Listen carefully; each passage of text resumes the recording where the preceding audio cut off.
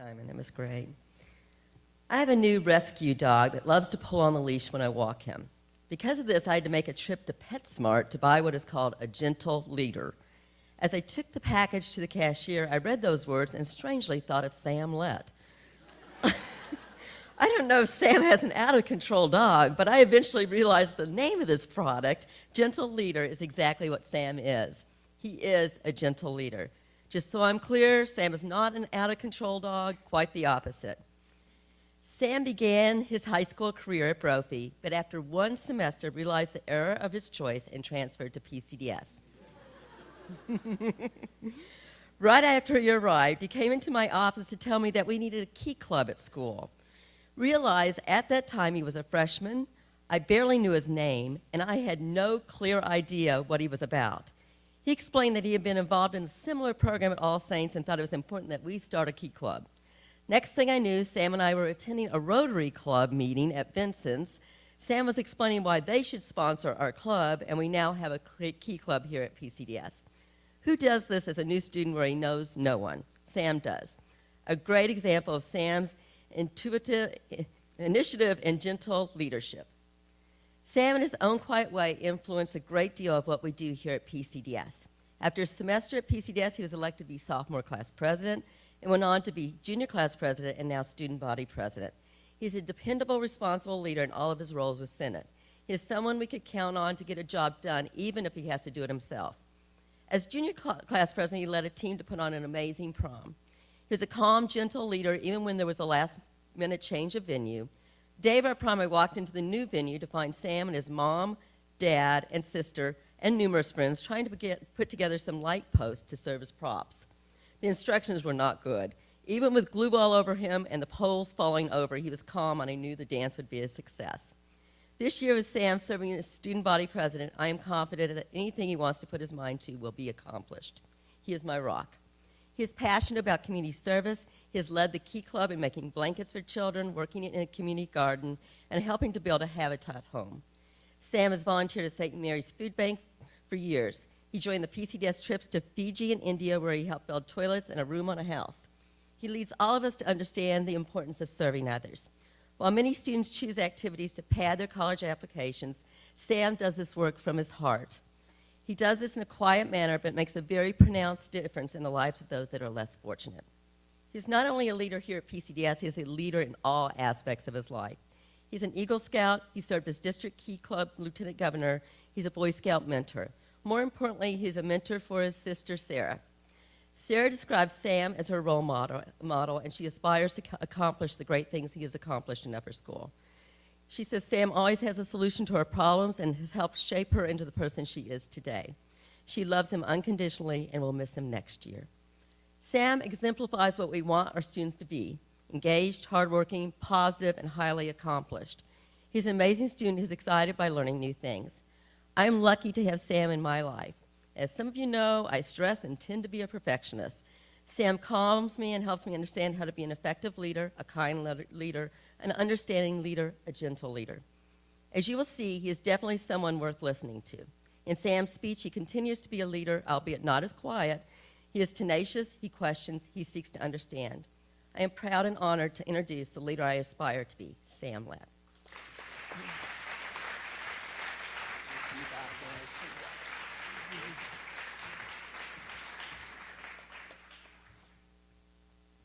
I am a conservative. The majority of you are probably not so comfortable with that statement, as evidenced by Mr. Guthrie's minor heart attack over there.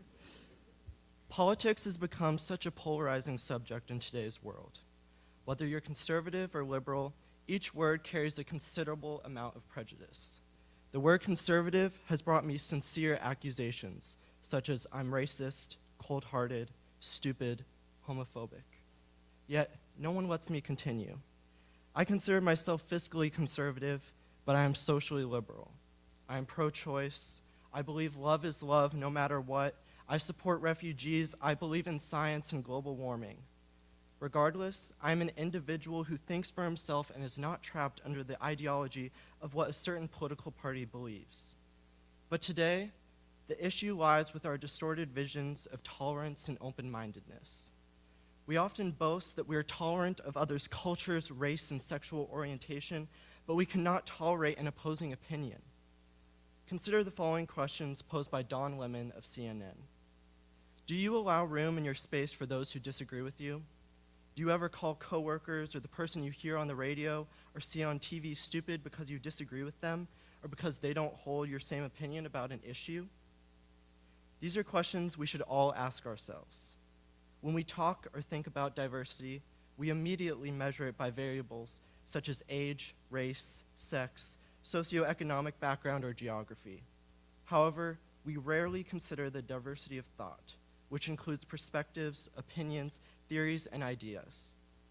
Mr. Lemon continues that we have to stop looking for reasons to be offended.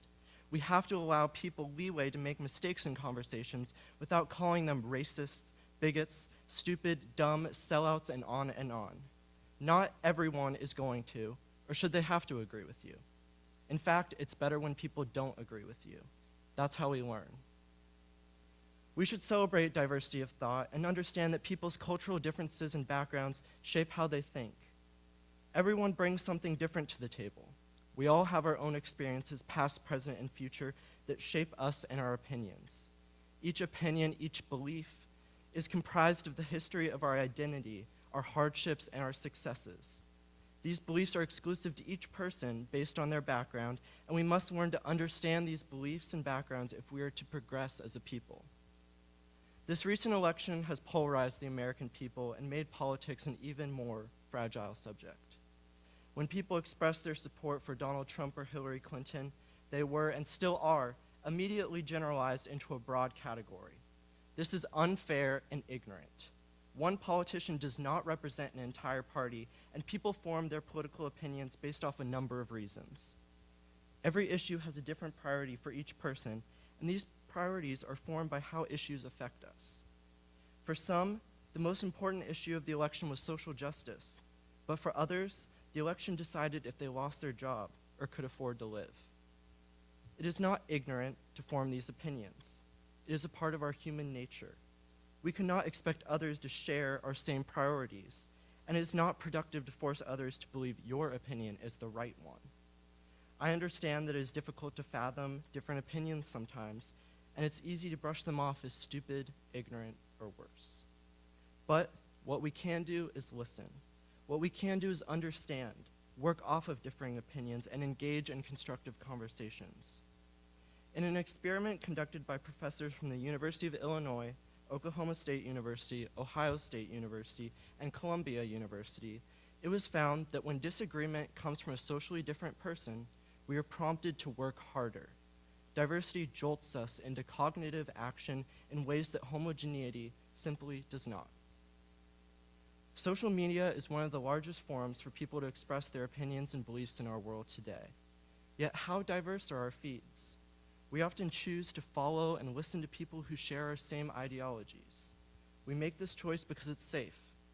But these safe, comfortable choices conform us rather than diversify us. These choices deteriorate us rather than intellectually stimulate us. In psychology, the idea that everyone is like us is called the false consensus bias. We begin to believe that our friends and those who we follow on social media are the rational and educated ones. Thus, an in-group, or a group that someone psychologically identifies as being a member of, is created. In the same vein, the idea of an out-group, or an other side, is also formed. This other side doesn't conform to the collective opinion of the in-group. Henry Tajfel was the first to discuss in-groups and out-groups in his social identity theory. The theory hypothesizes that group members of an in-group will seek to find negative aspects of an out-group, thus enhancing their self-image. This is how prejudice is formed. We begin to categorize people into groups, and before we know it, we believe that their voices should be dismissed or not heard. Some may argue that these opinions are stupid, not supported by evidence, or offensive. Yes, this is true in some cases. But in most cases, when people argue against the diversity of thought, they refuse to listen or hear the other side's reasoning or well-supported evidence. They refuse to understand this so-called other side. These people are hypocrites, preaching one thing and practicing another. They choose to ignore facts or logic just because it contradicts their opinion or proves it wrong. As journalist Sean Blanda puts it, this is not a political correctness issue. It's a fundamental rejection of the possibility to consider that the people who don't feel the same way you do might be right. It's a preference to see the other side as a cardboard cutout and not the complicated individual human beings that they actually are. We cannot consider ourselves empathetic, only to turn around and belittle those who don't agree with us. This is an issue on all sides of the political spectrum and something that affects everyone. The majority of our community here at PCDS holds the same beliefs and political opinions. This isn't something unique to PCDS. Every school, office, or other community shares similar political beliefs. These communities, including PCDS, have unintentionally allowed an echo chamber to emerge, one where everyone inside is convinced that their opinion is the right opinion and the only intellectual opinion. We have created an us versus them mentality and have formed a subconscious belief that we and our friends are the sane ones and that there's a crazy other side that must be laughed at, another side that just doesn't get it and is clearly not as intelligent as us. People who share different beliefs from the majority, however, often do not voice their opinions. They are afraid of repercussions, and consequently, more often than not, their voices are not heard. I have felt this over the past 4 years, and I'm still afraid right now. I've been hesitant to tell anyone my political beliefs because of the divisions within our community. I've been afraid that if I express my opinion, I will lose friends or lose respect from people. I've seen it happen before. I do not want people's opinions of me to be tainted just because I offer a different opinion. Nevertheless, I speak to you right now uneasy that many of you will walk out of here thinking less of me just because of politics. I know it's difficult for people to listen and understand that it's much easier to hear the first words and make quick assumptions. So in the past, it was much easier for me to remain silent. But I refuse to remain silent. My opinion is just as important as anyone else's. I learn from our community's opinions, and I question my own opinion every day. I hope that you all can do the same. I hope you all can live your life as people that embrace being wrong, are free of illusions, and don't mind what people think of them. Your first step to truly being open-minded is to question everything, even yourself. Whether we want to accept it or not, all of us have a long way to go in terms of accepting and tolerating different opinions. We must recognize that we preach tolerance, yet we are not practicing it.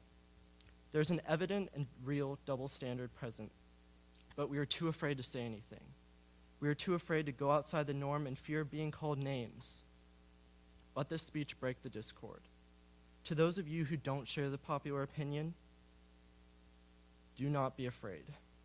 Let this speech spark your voice. Let it give you courage and passion for your beliefs.